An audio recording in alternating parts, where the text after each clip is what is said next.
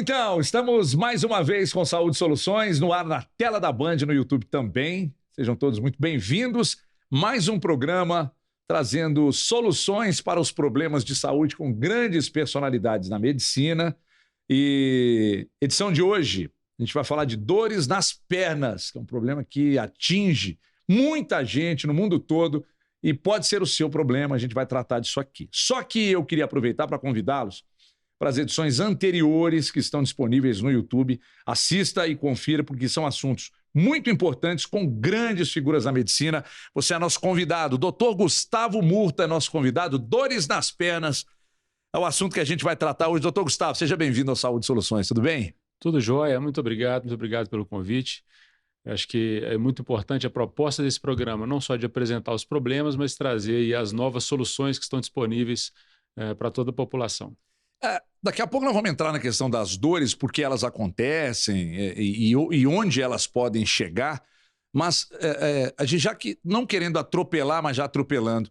Hoje nós temos a tecnologia, eu sempre digo isso aqui, entrevistando outros médicos, a tecnologia aliada à medicina traz a cada dia novos procedimentos, ferramentas, etc., que beneficiam no tratamento.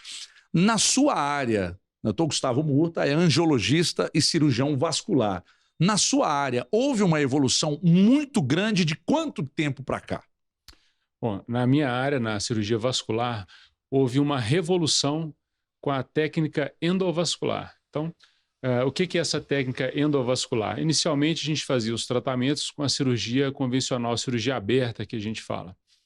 Mas no início da década de 80, começaram os tratamentos por via endovascular, em que você faz um furo, entra no sistema arterial ou no sistema venoso, e através disso você consegue retirar coágulos, quando for o caso, dilatar algumas obstruções, alguns estreitamentos. Se for o caso, a gente consegue colocar um stent, que é uma malha metálica que mantém um vaso aberto. Então, esse tipo de tratamento, essa via endovascular, proporcionou tratamentos menos invasivos, portanto, com a taxa de complicações menores.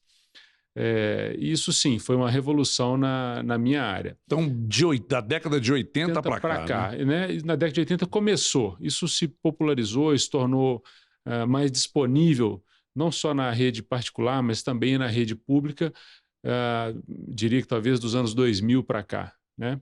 Isso nós estamos falando de problemas mais graves, de problemas arteriais, venosos. Depois acho que vale a pena a gente entrar nessa seara para explicar melhor para a população que está nos assistindo. Aliás, já vou aproveitar então e perguntar, qual a diferença de problemas arteriais e problemas venosos? Excelente, isso é muito confundido. Nós temos na nossa circulação as artérias, que são vasos sanguíneos, é como se fosse um cano que leva o sangue rico em oxigênio. Então, na nossa circulação, o sangue passa no pulmão, onde ele é oxigenado, e o coração vai bombear esse sangue rico em oxigênio para as diversas partes do corpo. Então, a artéria leva esse sangue rico em oxigênio. No caso das pernas, esse sangue é utilizado pelos músculos das pernas, pelos nervos, pelos ossos, e depois que esse oxigênio é utilizado, ele retorna para ser novamente oxigenado numa outra via, que são as veias. Então, o sangue vai oxigenado pelas artérias e retorna para ser novamente oxigenado pelas veias. E, normalmente, os problemas de circulação, os mais graves, e dá para separar? Sim. Se os mais graves são nas veias ou nas artérias? Sim. Usualmente, um problema arterial é mais grave, né?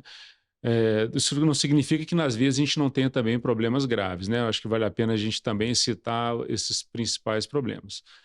Então, quando você tem uma obstrução arterial, ou seja, uma redução na chegada de sangue rico em oxigênio nas pernas, a gente tem o que a gente chama de isquemia. Isso pode acontecer de maneira abrupta, de maneira súbita. Então, o paciente tem um quadro de oclusão arterial aguda. Isso é grave, pode levar à perda do membro, à amputação. A taxa de amputação chega a 25% Muito nos alta. casos de oclusão arterial aguda. Sim. Nos casos de uma oclusão de uma veia, aí isso é a trombose venosa, o que a gente ouve falar com mais frequência. É mais frequente isso na população em geral. Volta e meia a gente ouve algum artista que fez uma viagem de avião e teve uma trombose venosa, ou seja, o sangue coagulou dentro da veia. Sim. Isso também tem um potencial de gravidade, porque esse coágulo, se ele se soltar na veia, ele pode ir dentro do sistema venoso e parar lá no pulmão, que é uma embolia pulmonar, que também é um quadro potencialmente fatal. Aliás, nós vamos tratar de tudo isso, já que o problema hoje trata de dores nas pernas. Qualquer pessoa pode ter, seja atleta, de repente uma pessoa que não faz nenhum tipo de atividade. Eu queria que você também falasse da questão da obesidade em relação à dificuldade de circulação. Se todo obeso tem problema de circulação. Vamos começar desse ponto. Vamos lá. Até porque boa parte da população está fora do peso, Sim. está obesa. É um problema que atinge todos os obesos ou não necessariamente? Não necessariamente. Mas a gente tem o que a gente chama dos fatores de risco. Então, voltando ali, vamos separar problemas arteriais, problemas venosos. No caso dos problemas arteriais, os principais fatores de risco são hipertensão, diabetes, tabagismo e problemas relacionados ao colesterol, dislipidemia. Então, principalmente o tabagismo e o diabetes podem levar à obstrução das artérias, certo? Já no caso das veias, nós temos uma tendência genética como um dos principais fatores, o paciente ter insuficiência venosa, formação de varizes superficiais, que é algo também muito prevalente na nossa população, e a obesidade entra sim como um fator de risco não só para o surgimento de varizes, como também para o surgimento de dores nas pernas, né? É o nosso tema aqui do programa. A obesidade, sem dúvida nenhuma, pode levar às dores nas pernas. Por que quando, por exemplo, você fica sentado numa viagem de ônibus ou de avião, ou até mesmo dirigindo, por que ocorre mais nesses casos a trombose? Ou uma pessoa em atividade não necessariamente física, andando pela rua, a pessoa pode ter uma trombose? Pode. Por quê? Pode também? Pode também. A trombose, nós vamos falar agora da trombose venosa. Os fatores de risco para a trombose venosa, tem 3 fatores que são associados à trombose. Um deles é uma tendência genética.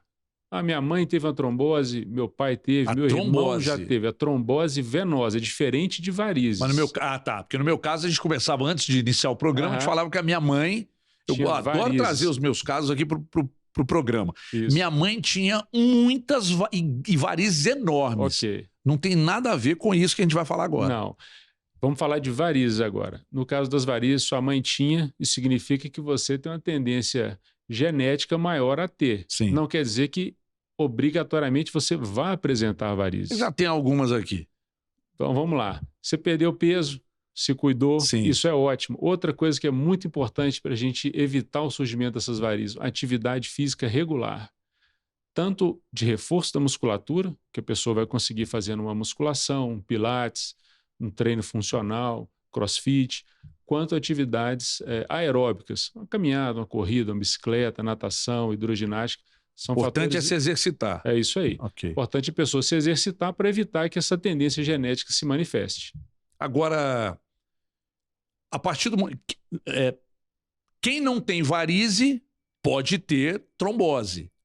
Pode ter trombose, Mas sim. Quem tem varize tem mais tendência a ter trombose? Em teoria, sim, porque o sangue parado, ele pode predispor a uma trombose. Mas os principais fatores de trombose, na verdade, vão ser o que a gente chama de trombofilia, são alterações genéticas que a pessoa passa a ter um risco maior de trombose. Alguns estados de hipercoagulabilidade. Então, nós tivemos uma tendência ao sangue coagular. Então, vou te dar um exemplo de doenças que deixam a pessoa com um estado de hipercoagulabilidade. Covid. Nós tivemos a pandemia. Sim. 16% dos pacientes com Covid tiveram trombose. Então, assim, se você tem Covid... Você teve vários, né? No tivemos hospital. Vários pacientes. O paciente está tratando de algum câncer, de alguma neoplasia. O paciente com câncer tem uma tendência maior a ter trombose. Então, é a tendência genética, as trombofilias, né? Que estão relacionadas a isso, estados de imobilização. Então, a pessoa teve uma pneumonia e ficou acamada 10 dias. Estar acamada é um fator de risco para trombose. A pessoa fez uma cirurgia, quebrou a perna, fez uma cirurgia de joelho. Essa cirurgia com imobilização também vão dar a essa pessoa um risco aumentado de ter a trombose. Daqui a pouco eu quero perguntar, já que a gente iniciou falando de trombose venosa, daqui a pouco, e aí já no próximo bloco, eu quero perguntar quais as formas de tratamento da trombose venosa. Você disse sobre obesidade, se a pessoa não pratica nenhum exercício, os fatores de riscos estão aí, mas você citou a questão do diabetes, né? Hipertensão, diabetes. Me explica sobre o diabetes. Quem tem diabetes tem uma tendência maior a ter um problema de trombose venosa? A trombose venosa não, a trombose arterial. Arterial. Aí nós temos que voltar àquela questão. O diabetes, junto com a hipertensão, o tabagismo e o problema de colesterol, faz com que a parede das artérias, Sim, que levam o sangue rico em oxigênio, possam formar, a gente chama de placas de gordura e cálcio, que aos poucos vão estreitando a luz desses vasos, a passagem do sangue arterial, e isso pode culminar numa trombose arterial. Entupiu, parou de chegar sangue. Se isso acontece de maneira abrupta, é uma oclusão arterial aguda. O paciente tem que ir para o hospital de imediato. Quando isso acontece de maneira mais insidiosa, mais lenta, o paciente pode desenvolver o que a gente chama de isquemia crítica ameaçadora do membro, que é aquele paciente que pode até vir a perder o membro, mas a gente tem tempo para otimizar o tratamento dele e evitar esses desfechos mais dramáticos. Depois que detecta, por exemplo, está no hospital, chegou o paciente, detectou que há um problema. Você tem quanto tempo para que que o membro não seja amputado? Então, aí depende da forma de apresentação do paciente. Pacientes que chegam muito isquêmico, ou seja, com o pé muito pálido, frio, sem mexer, o paciente tem uma oclusão arterial aguda, às vezes ele para de mexer os dedos dos pés. Esse paciente eu tenho que atuar em poucas horas. Sim. Já o paciente que chega, mas ele ainda consegue mexer, está com dor, eu tenho talvez alguns dias para fazer isso. A gente começa o tratamento clínico e planeja, e aí sim nós vamos ter as diversas soluções que a gente tem disponível atualmente. Então, Gustavo, eu fiquei meio bugado aqui agora. Você disse assim, tem paciente que chega que o pé está meio pálido e ele não consegue se mexer. Qual a diferença desse paciente para aquele que chega com a perna inchada, com o pé inchado? Excelente. O paciente chega com a perna pálida, está faltando sangue, ou seja, o sangue que dá a coloração avermelhada ou rosada. Parou de chegar no membro. Parou de chegar. Sim. Já o paciente está com a perna inchada, ele teve uma trombose da veia. Então, o sangue vai pela artéria, tem dificuldade de retornar na veia, porque a veia formou um coágulo ali. Então, a perna incha. E isso quando acontece de maneira súbita. Aí é uma suspeita de trombose venosa. O paciente também deve procurar atendimento de imediato.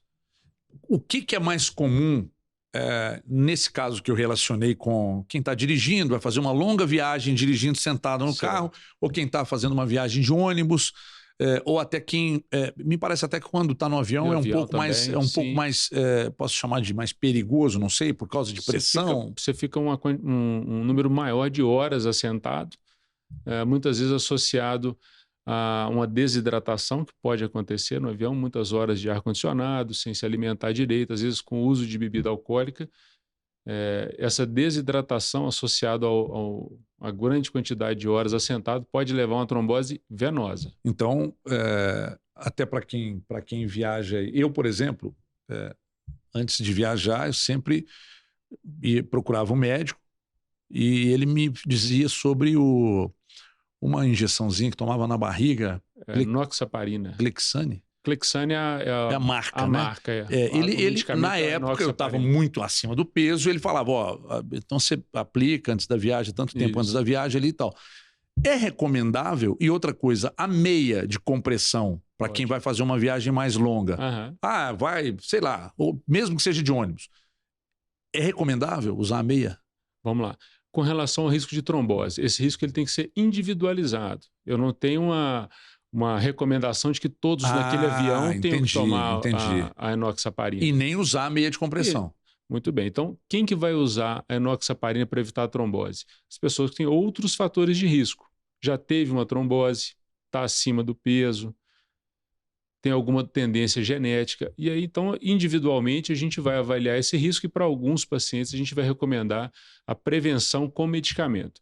O uso da meia também é interessante para aquelas pessoas que têm uma tendência a ter a perna inchada, que a pessoa, às vezes, ao longo da viagem, fica com a perna muito inchada, dolorosa, desconfortável, e aí a meia pode dar um formigamento, e a meia auxilia nesse desconforto do paciente. Quando começa a perna a formigar, numa situação como essas aí, Uhum. quando começa a perna a formigar, há algo a se fazer? Sim, toda viagem de avião, viagem longa, a gente recomenda que a pessoa não fique assentada, né? Quando a gente viaja para fora do Brasil, por exemplo, você fica às vezes 8 horas, 10 horas assentado. Isso não é recomendado. Você deve andar, movimentar os pés o tempo De todo, preferência tomar muita água para precisar ir no banheiro toda hora? hidratar bastante, é isso aí.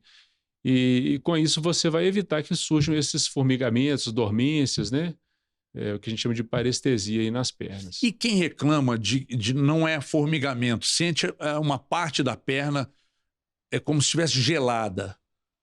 Porque eu já ouvi relatos de pessoas dizendo, não é bem um formigamento, eu sinto a perna um pouco, parece que está mais fria numa determinada parte ali da panturrilha ou na parte frontal, da canela. O que pode ser isso? Esse conjunto de sintomas a gente chama de parestesia. São alterações relacionadas à compressão dos nervos da perna. Então, algumas pessoas referem formigamento, outros dormência, outras redução de sensibilidade. São alterações que podem acontecer relacionadas a essa postura. Sempre lembrando que pode ser também a forma inicial de apresentação de alguma trombose. Então, se isso se acontecer com frequência, isso tem que ser avaliado. Tanto o formigamento quanto essa impressão de que a área está gelada. Se isso persistir, procure um angiologista, um cirurgião vascular para analisar o caso. Com certeza. Porque isso pode ser um sinal de início de um problema. A gente só vai saber se a gente avaliar, né? Então... Interessante, muito interessante isso, porque eu não sei em que entrevista foi, um dos médicos que eu entrevistei que disse o seguinte: Everton, tem situações que quando não dói muito, não incomoda muito, a pessoa desconsidera. E aí está o problema. Você tem, às vezes, algo que persiste, um incômodo que persiste, mas como não dói muito, e não é um grande incômodo, você vai desconsiderando e ali pode estar o início de um problema muito maior. Isso eu acho que vale para a medicina como um todo, em qualquer área. Qualquer problema que você detecta logo no início, o tratamento ele é sempre mais simples e a chance de sucesso é muito maior. Então, assim, não negligenciar algum sintoma, né? Aparecer alguma coisa, procura atendimento. Daqui a pouco eu vou para um intervalo. O Dr. Gustavo Murta é nosso convidado nesta edição do Saúde Soluções. Angiologista, cirurgião vascular. Hoje o assunto a gente está tratando de dores nas pernas. Eu fiz uma verdadeira salada nesse primeiro bloco, que eu fico muito curioso e querendo saber tudo de uma vez só. Mas, enfim, a gente no próximo bloco vai continuar falando de dores nas pernas, formigamentos, todos os problemas que podem ser causados nas veias, nas artérias, mas nós vamos falar também daqui a pouco de soluções. Quais os tipos de tratamentos para os problemas? Então, se é o seu caso, continue com a gente. Se não é, de repente tem alguém na família, continue com a gente, porque você pode orientá-lo ou, inclusive, indicar esse programa, que pode ser muito útil para a saúde de todos vocês que estão aí do outro lado. Mas é um rápido intervalo, a gente já volta. Dr. Gustavo Murta é o convidado desta edição do Saúde Soluções. Até já.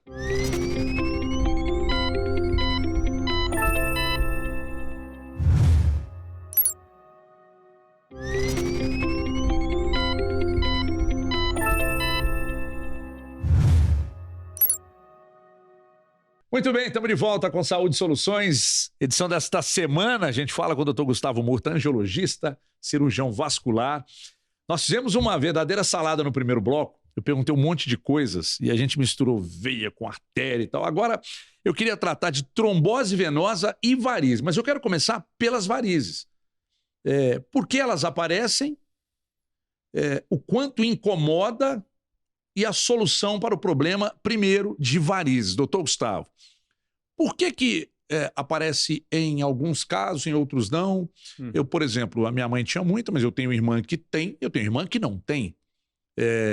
Como é que trata a questão das varizes? E quando aparece um vasinho, ele pode aumentar e virar um vazão? Como é que cuida disso? Bom, vamos lá. Primeiro, como que surgem as varizes?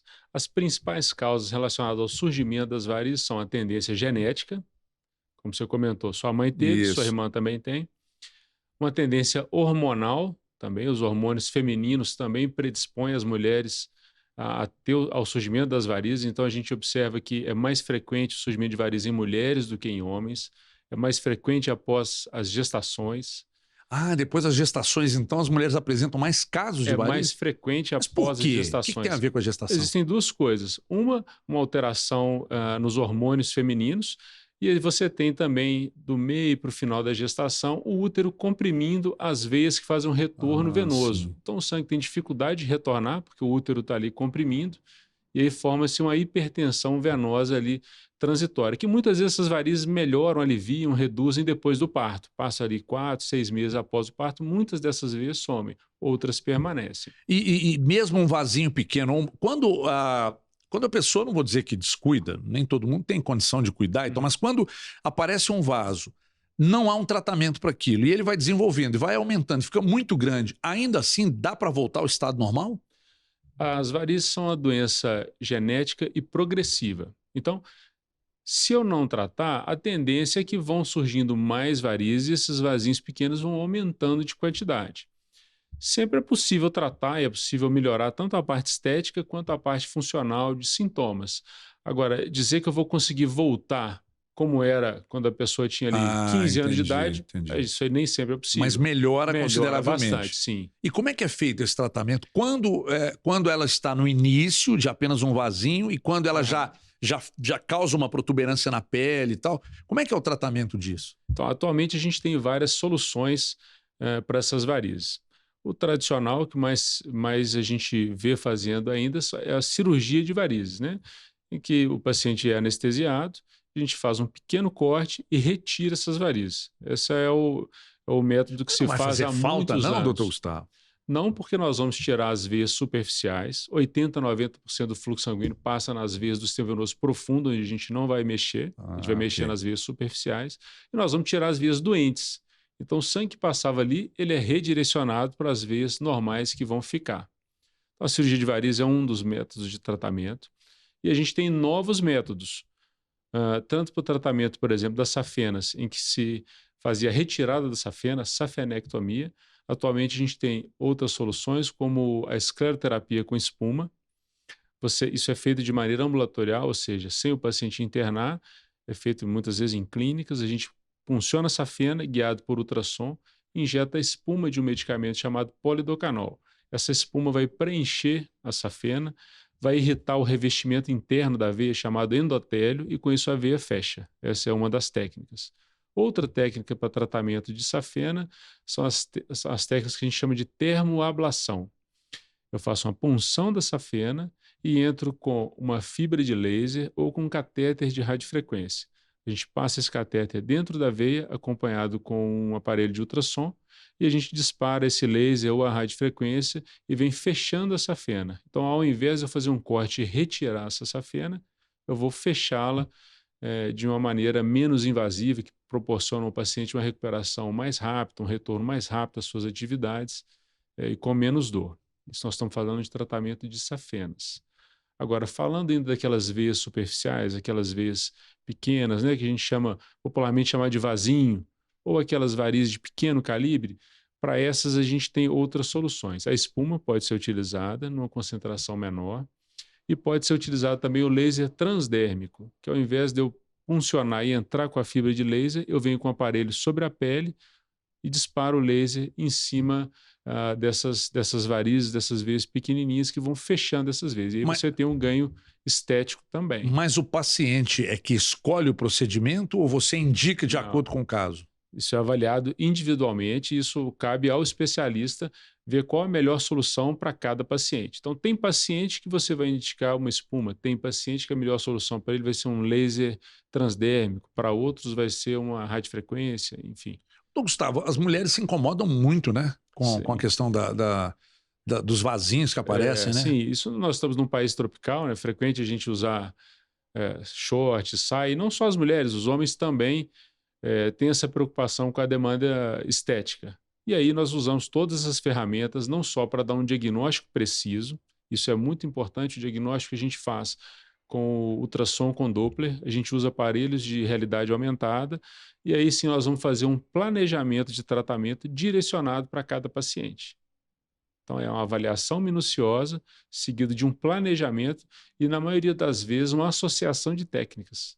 Então, eu tenho a veia que é melhor usar uma espuma, eu faço espuma nela. Entendi. Já no outro lado eu tenho uma veia que é melhor ir com laser transdérmico, eu faço. Já outra é melhor fazer uma aplicação, que é a escleroterapia, né? Injeção de glicose concentrada, uma solução que envolve outros medicamentos, e eu faço isso. Então, a associação de técnicas é a tendência atual. Teve uma oportunidade que eu estava com uma dor na perna e fui a um médico e ele apagou as luzes da sala e veio com um aparelhinho com uma luz vermelha. Uhum. E ficou bem próximo da pele, e ali com essa luz vermelha, que depois eu consegui até com o celular, eu consegui fazer um procedimento um dia em casa para ver.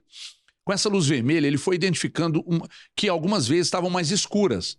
E aí ele me disse, olha, essa aqui está mais escura, essa aqui está mais escura, aqui são problemas, então a gente pode resolver isso e tal. O que é esse tipo de exame que detecta? Esse aparelho com a luz vermelha é o fleboscópio.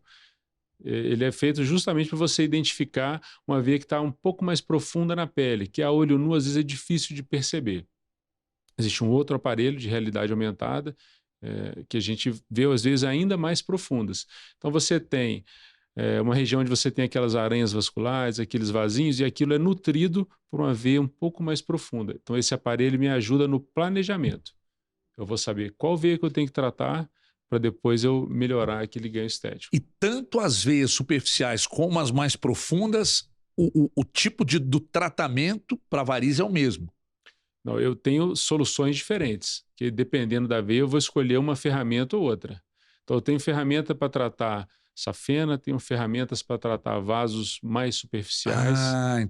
Por isso a importância da avaliação. Sim. Antes de indicar o tratamento. Perfeito. Independentemente de ser uma veia superficial ou mais profunda, tem essa diferença. A gente falou da questão da estética. Para a questão da varize, esses são os tratamentos que a gente acabou de destacar. Esses são os tratamentos mais modernos. Agora, vamos avançar para falar de trombose venosa. Pronto. O que nós temos hoje? Bom, foi lá no Dr. Gustavo, identificou o problema, tem uma trombose venosa. Quais os tratamentos que nós temos hoje para trombose venosa? Bom, primeira medida é a anticoagulação. Nós vamos entrar com um medicamento que vai fazer com que o sangue pare de ficar coagulando. Ou seja, aquela trombose que está cometendo um vaso, ela vai parar ali, eu vou reduzir a chance desse coágulo se soltar e ir parar lá no pulmão. Perfeito. Reduz a chance, por exemplo, de uma embolia pulmonar, reduzo muito, com a anticoagulação. Mas alguns pacientes que têm uma trombose extensa, somente a anticoagulação não vai resolver o problema. Então, em casos extremos de trombose, o paciente pode ter uma coisa chamada flegmásia, ficar a perna muito edemaciada, muito inchada, com risco até de perda do membro. Então, eu tenho dispositivos que eu vou aspirar esses coágulos. Então, eu posso puncionar a veia, entrar com algum dispositivo que vai fazer a absorção dos coágulos. É diferente de eu evitar a propagação do coágulo. Eu vou entrar e retirar esse coágulo e devolver ali o fluxo venoso para esse membro. Doutor Gustavo, quais são os primeiros sintomas da trombose venosa? A gente está falando de tratamento, mas os primeiros sintomas que devem chamar a atenção mesmo do paciente, que tem que levar o paciente a acelerar o processo até o médico. E tem que ir no médico no mesmo dia. Começa com a dor de início súbito na perna, principalmente na panturrilha. Começa na batata da perna e é muito comum também vir um inchaço associado. Então a perna inchou e começou a doer, tem que ter uma avaliação. Direto para o médico, então. Tem que ter uma avaliação. A panturrilha, uma vez eu escutei de uma pessoa, é o coração da perna. Perfeito. É isso mesmo? É isso Achei mesmo. que fosse uma brincadeira. Não, perfeito. É o que a gente chama de coração periférico. Lembra que o sangue, a gente voltando no primeiro bloco, a gente falou que o coração bombeia o sangue arterial rico em oxigênio para a perna. Sim. E como é que ele volta para o coração para ser novamente oxigenado? A panturrilha que faz isso? A musculatura da panturrilha bombeia o sangue para cima. Ué, então, quem faz... Então, a caminhada é muito importante, Excelente. Principalmente por causa disso. Perfeito. Inclusive, quando você disse no bloco anterior da importância de quem vai fazer uma viagem mais longa, não ficar muito tempo sentado, ou se não houver a possibilidade de se levantar, pode mexer os pés. É isso aí. Que isso vai trabalhar a panturrilha. Exatamente. E quem frequenta a academia, se ligar na importância de trabalhar, fazer exercício de perna para trabalhar a panturrilha. Exato. Então eu pensava que isso fosse brincadeira, então de fato, coração periférico. Panturrilha é muito mais importante do que a gente imagina. É importantíssimo. E quem tem panturrilhão, então tem mais saúde? É difícil eu te afirmar isso, mas o fato é, trabalha a sua panturrilha. Olha isso, tá vendo só? Você está assistindo a gente. Você imaginava que a panturrilha fosse algo tão relevante, tão importante para a saúde das suas veias e artérias? Tá aí, doutor Gustavo Murta está trazendo essa informação para a gente. A trombose venosa, tá? A gente falou dos primeiros problemas que levam o paciente, ou que devem levar o paciente ao médico. Aí, cheguei no médico, doutor Gustavo identificou o problema. Meu querido, você está com trombose venosa. São quantos tratamentos? Só queria que passasse nisso mais uma vez. Quantos e quais tratamentos? Já com a trombose identificada. A principal medida é a anticoagulação. Que é isso que você falou, para não deixar com que o vaso vá... O coágulo suba para o pulmão. Isso nós vamos fazer com alguns medicamentos. Uma das opções, a gente citou no primeiro bloco, é a enoxaparina. E tem outros medicamentos mais novos que a gente já começa a anticoagulação sem injeção, né? Por comprimido mesmo. Então, atualmente, a absorção, a partir do momento que toma o comprimido, em quanto tempo ele já... Em poucas horas ele já começou a agir. Ah, perfeito. Então, muitas vezes em consultório a gente faz o diagnóstico de trombose e lá mesmo a gente já começa a tratar o paciente. Esse medicamento, desculpa, esse medicamento, o anticoagulante, que é através de via oral mesmo, ele tem o mesmo papel desse medicamento que eu falei que aplica para quem vai fazer voos longos e que é um paciente com risco, que é esse... Como é que é o nome? Enoxaparina. Enoxaparina. Isso. Esse via oral tem o mesmo papel? Tem o mesmo objetivo. Você vai usar ou um ou outro. Mas o intravenoso não é subcutâneo? Subcutâneo. Ele é mais rápido, não? Ele é mais rápido, mas se você tem uma trombose que o paciente... não está com aquele risco imediato, a gente começa com o via oral. Pode ser via oral mesmo. Via oral. E a trombose venosa, a partir do momento que você foi lá, tomou medicamento, elimina a possibilidade do coágulo subir para o pulmão. Aí, tomou medicamento. O próximo passo, qual é? Bom, muito bem. Próximo passo. A trombose ela tem basicamente duas consequências importantes para a pessoa. A primeira delas é essa possibilidade de embolia, que é uma complicação potencialmente fatal. Nós começamos com a anticoagulação. A outra consequência da trombose é uma coisa chamada síndrome pós-trombótica. A pessoa que teve uma trombose, aquela veia passa a não funcionar direito e deixa sequelas dessa síndrome pós-trombótica. Que tipo de sequela? Perna cronicamente inchada, muitas vezes escurecida, dor constante na perna, e em casos extremos pode levar até a formação de feridas, de úlceras nas pernas. Então, para evitar essa síndrome pós-trombótica, é importante o uso de meia elástica de compressão, fazer essa atividade física regular e, em casos extremos, pode ser feito esse procedimento de recuperação dos coágulos, né? Que você vai entrar dentro da veia e usar algum dispositivo para absorver esses coágulos. Que é aquilo que você disse sobre a espuma... Não. Esses são outros. Esses são outros. A espuma para tratamento de varizes. Ah, tá. É que eu ainda estou confundindo veia com varizes. Veia com... Trombose com varizes. Trombose com varizes. Isso. Então são outros tipos de tratamentos. São outros. Agora tem uma coisa que enquanto você estava dizendo sobre a questão de um inchaço nas pernas e tal, por que tem gente que a canela fica escura? Principalmente isso acontece quem é obeso. Por quê? A canela escura a gente chama de dermatite ocre. Esse é um dos sinais de insuficiência venosa crônica. Opa, então é perigoso. A pessoa tem a doença venosa. Inicialmente aparece aquela aranhazinha vascular. Quando o quadro se avança, aparecem varizes. Se o quadro avança ainda mais, além das varizes, a gente tem um inchaço. O próximo passo é, além das varizes do inchaço, o escurecimento da pele. Ué, doutor, então é muito mais sério do que eu imaginava. Quando chega ao ponto de escurecer a pele, é porque outros problemas já aconteceram antes do escurecimento. Já passaram, a pessoa já teve varize e justamente esses pacientes vão ser os que vão ter mais sintoma, né? Dor na perna, desconforto, sensação de perna pesada, cansada. E esses pacientes vão precisar de ajuda para melhorar esses sintomas. E aí, uma outra questão, as pessoas têm o hábito de apertar o dedo na canela, aí aperta, aí fica aquele furo, aquele buraco do dedo e demora a voltar. Esse é o edema, é o inchaço. Voltando. Primeiro passo, aqueles vasinhos, depois varizes, depois o inchaço.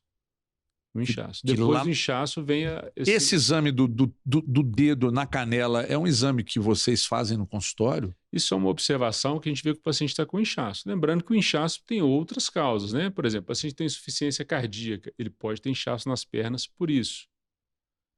O paciente tem insuficiência linfática, ou seja, já teve uma infecção dos vasos linfáticos, uma erisipela, fica como sequela o inchaço nas pernas. O que a erisipela aparece, doutor? Erisipela é uma infecção dos vasos linfáticos. Os vasos linfáticos eles são responsáveis por carregar um líquido que fica no subcutâneo, chamado linfa.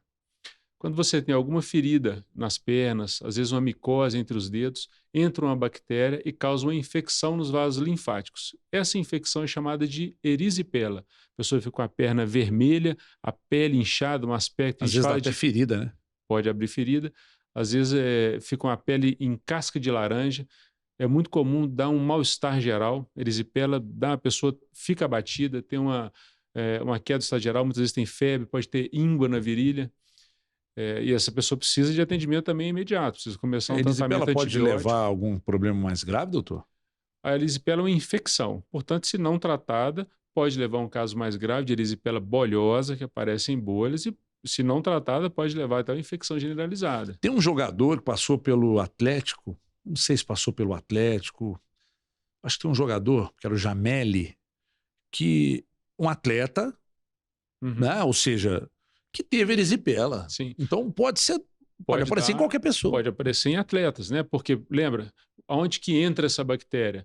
Micose entre os dedos, machucado, uma unha encravada que inflamou. É a porta de entrada para a bactéria, porque a gente rompeu a nossa proteção, que é a pele. Então, você perdeu a proteção da pele, entra uma bactéria e causa a infecção ali. Muito bem, muito bem. A gente vai continuar nesse papo. O doutor Gustavo Murta tem que ter uma paciência, porque ele vai respondendo. Aí, no meio de uma resposta dele, eu já acho um gancho para fazer uma pergunta, mas ele não está saindo do raciocínio. Isso é que é bom. Eu é que fico, às vezes... mas é que, como nós somos leigos, a gente está aqui trazendo um especialista para falar, e às vezes eu gosto que, quando ele passa por um determinado assunto, por vezes eu gosto de voltar para deixar bem claro. E esses assuntos, por vezes, eu também me confundo, porque eu não sou especialista, eu estou aqui para perguntar, o que você que está do outro lado gostaria de estar aqui perguntando. Então, daqui a pouco a gente continua. O papo hoje é dores nas pernas. Dr. Gustavo Murta, nosso convidado desta edição do Saúde e Soluções. Preste atenção, o assunto continua no próximo bloco. Vamos continuar falando também de tratamentos e outros problemas também relacionados à área do Dr. Gustavo Murta. Então fique por aí, é um rápido intervalo e a gente já volta. Até já.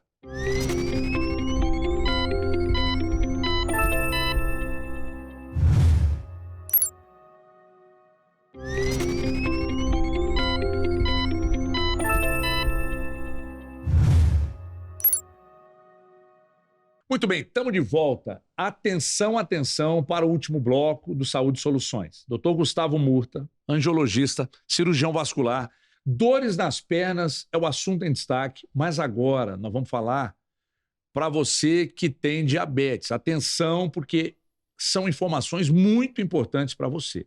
Agora o assunto é arterial, vamos começar falando da questão do diabetes. Enquanto nós estávamos no intervalo, a gente conversava aqui sobre a importância que você tem que ter com o pé do diabético.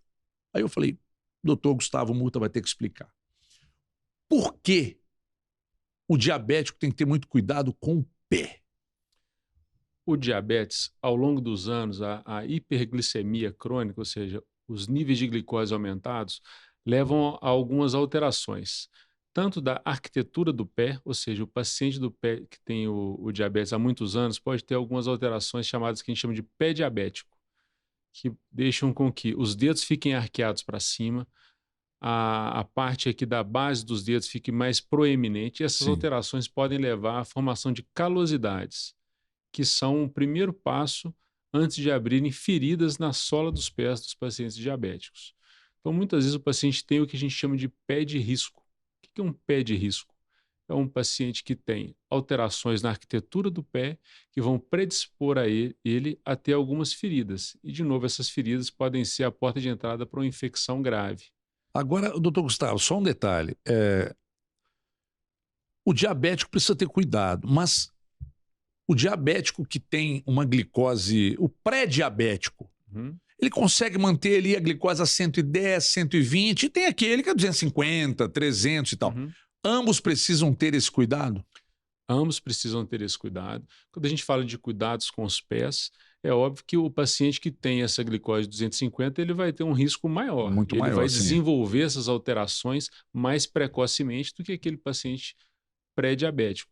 Mas é interessante que toda a nossa população seja informada desses riscos, desses cuidados. Quando a gente fala de cuidados, a gente vai falar, primeiro, calçado adequado. Ideal que seja um calçado confortável, sem costura por dentro. Alguns pacientes a gente recomenda até um número um pouco maior. É interessante usar meia clara, meia branca, de modo que se tiver alguma secreção, alguma pequena ferida, você vê Vai detectar.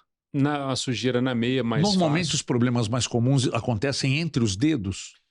Pode acontecer entre os dedos ou mesmo na planta dos pés, na sola dos pés, mas na parte da frente do pé. É o local mais comum de formação de calosidades que podem se tornar feridas, úlceras, né? E depois que, bom, não cuidou, aí veio o problema. Aí Uhum. aconteceu de abrir uma úlcera ali. Posso falar abrir uma úlcera? Posso, né? Pode. E depois que isso acontece? Muito bem. Aí nós vamos ter que ter um cuidado especializado. Primeira coisa vai ser excluir uma infecção. Isso nós vamos fazer uma avaliação com raio-x, a avaliação inicial. Alguns pacientes a gente pode precisar de uma ressonância para descartar a infecção óssea, tá? Para direcionar o tratamento. Abriu a ferida, a gente precisa tirar a carga sobre a região da ferida. Então, o paciente que está sempre pisando nessa ferida, essa ferida não vai fechar nunca. Como é que a gente tira a carga? Com algumas palmilhas e alguns tipos de calçados especiais. Então, veja bem, a importância do uso da meia clara, de repente um calçado sem costura. Estou só reforçando aqui, porque por vezes o diabético não se liga nisso. Mas você está vendo a importância e a questão do cuidado com os pés. Eu, sinceramente, para mim é uma novidade. Eu sabia dos riscos. Digamos que detecte o problema, você vai lá e amputa um dedo. Por que sempre, quer dizer, sempre não, em vários casos, você amputa o dedo, aí daqui a pouco você amputa o pé, aí daqui a pouco você amputa abaixo do joelho? Por que isso acontece? Se você detectou e amputou o dedo, não é sinal de que o problema está resolvido? Não, quando eu faço a amputação do dedo, eu tirei aquele dedo que já estava perdido. Sim. Mas os fatores de risco que levaram aquele dedo a se perder, a ter uma gangrena e tudo, os fatores de risco continuam na perna. Então, os cuidados, eles são para o resto da vida. Cuidado com o controle rigoroso do diabetes, interrupção imediata do tabagismo. É muito importante essa retirada de carga dos pés. Então, a gente tem ortopedistas especializados em pé que vão fazer esse cuidado de fazer uma palmilha especializada, um calçado especial, para que não apareçam úlceras em outras partes do pé, mesmo que o paciente já tenha feito uma amputação de dedo ou uma amputação parcial de pé. Doutor Gustavo, por que você estava dizendo sobre a questão dos dedos ficarem um pouco arqueados? Uhum. Qual a relação do diabetes com o dedo levantar e o pé ficar apoiado só na que a gente chama de almofadinha do pé ali? Exatamente.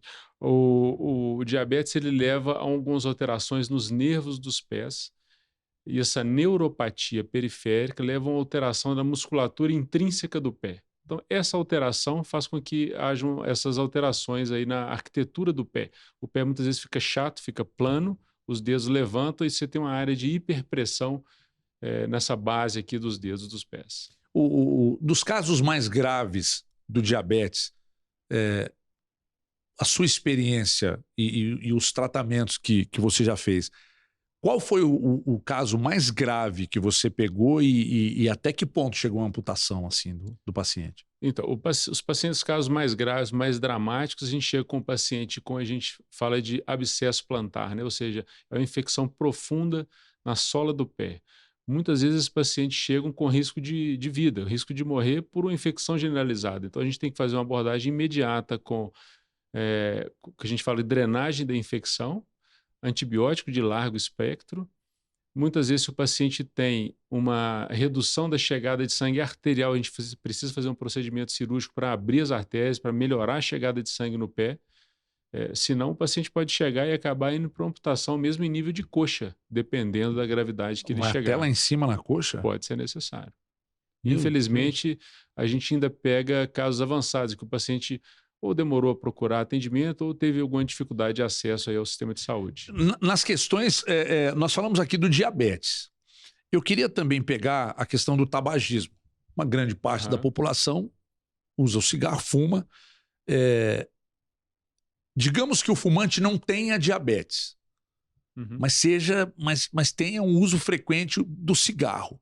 O que isso tem de relação com tudo isso da parte arterial que nós falamos aqui? O cigarro, junto com o diabetes, são os principais fatores de risco para a formação de placas de aterosclerose que vão levar à oclusão das artérias. Então, o paciente tabagista de longa data, ele vai reduzindo progressivamente a chegada de sangue nos pés. E essa redução na chegada de sangue nos pés pode chegar a um nível tal que ele pode começar a ter gangrena de dedo, uma dor isquêmica ao repouso, e em casos mais graves isso pode acabar levando a uma amputação se não for tratado a tempo, né? Então, o tabagismo é um fator de risco importante. Que eu já entrevistei aqui, sei lá, talvez uns 7 ou 8 médicos e praticamente todos os problemas das áreas que eu entrevistei aqui, todos falaram dos riscos do tabagismo. A aterosclerose é uma doença sistêmica.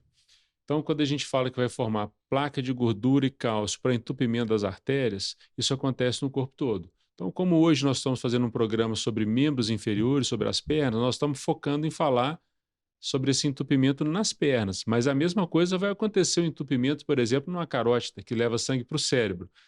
Teve um entupimento, faltou sangue no cérebro, é um AVC, um derrame. Entupiu uma coronária, que leva sangue para o músculo do coração. O paciente vai ter um infarto do miocárdio. Então, isso é uma doença sistêmica. Por isso, tanto o diabetes quanto o tabagismo são os grandes vilões aí nessa aterosclerose.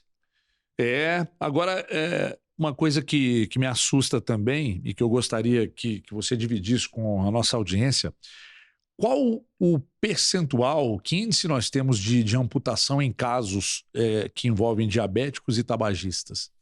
Já tem esses números? Sim, a gente tem o diabetes hoje é a principal causa não traumática de amputações dos membros inferiores.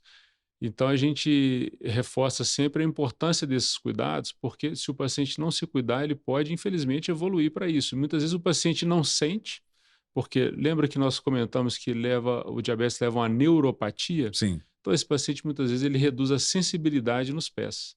Então, a gente tem casos dramáticos e tristes que o paciente, às vezes, está andando descalço, pisa num prego, não vê. Ele vai perceber que tem um prego no pé dele no dia seguinte, 2 dias depois, e aí já tem uma infecção grave ali. Então, como a pessoa tem uma redução da sensibilidade dolorosa na sola dos pés, ele perde uma proteção, que é aquela coisa que se você está usando um sapato apertado, está te dando um calo, você fala, pô, esse sapato eu não posso usar, está me machucando. O diabético, às vezes, ele perde essa proteção. Está machucando e ele não vê que está. Ele não vê. Interessante. Agora, tem uma pergunta que quando eu falei para as pessoas que eu bateria um papo com o Gustavo Murta, que é angiologista, cirurgião vascular, me perguntaram sobre pede o doutor, e eu não sei se tem relação com esse bloco aqui, se não tiver não tem problema, que a gente volta a fazer uma salada. Pede o doutor Gustavo para falar de fibromialgia.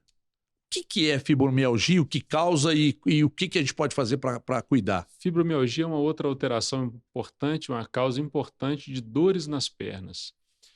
A fibromialgia é como se fosse uma inflamação nos músculos e nos nervos das pernas. Então, o paciente ele vai referir uma dor intensa.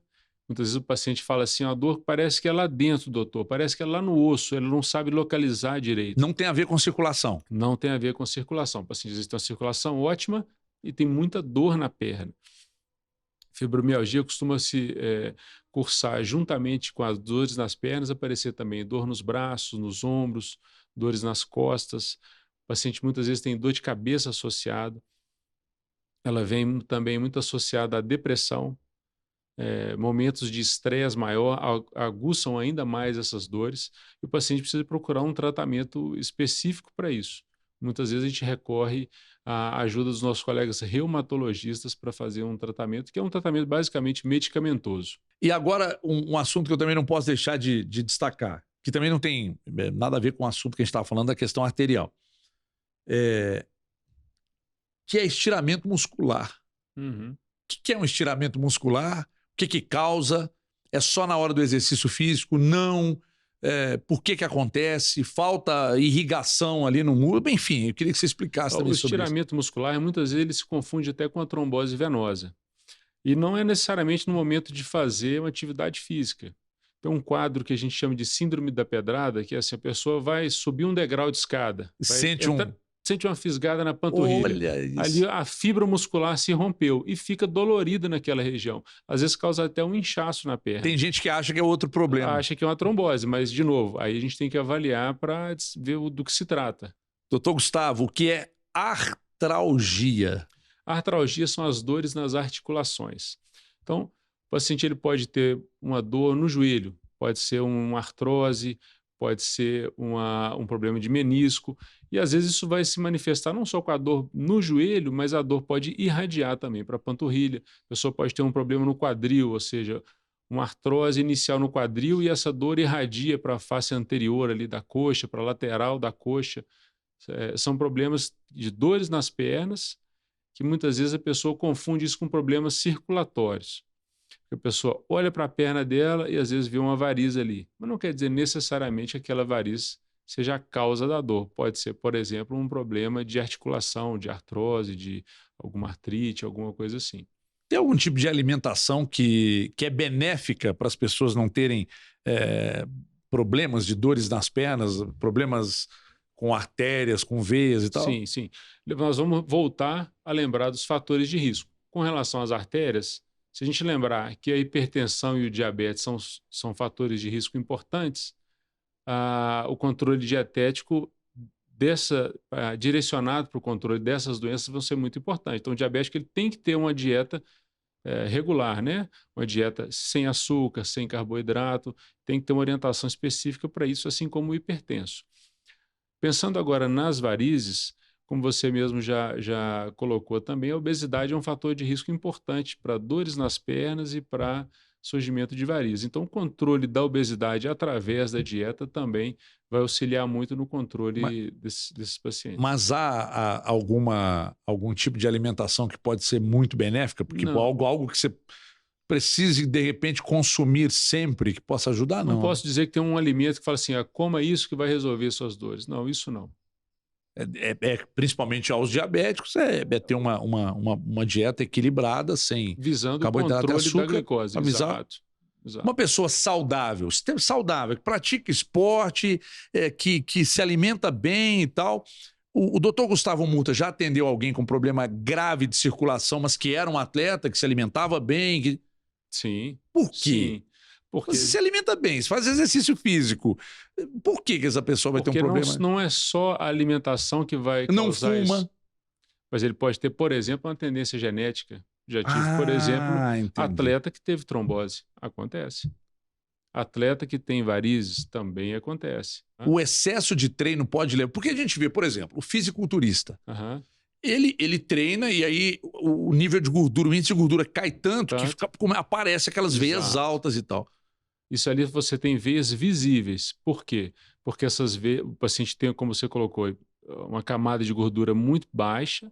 Então, as veias que passam no subcutâneo se tornam mais facilmente visíveis. E, além disso, o paciente que faz muita musculação, ele tem uma hipertrofia das veias. As veias ficam maiores. Num paciente com pouca gordura, se tornam mais visíveis, mas não necessariamente doentes. Então, você tem muitos fisiculturistas, alguns atletas que você tem veias visíveis, mas não necessariamente veias doentes, veias varicosas.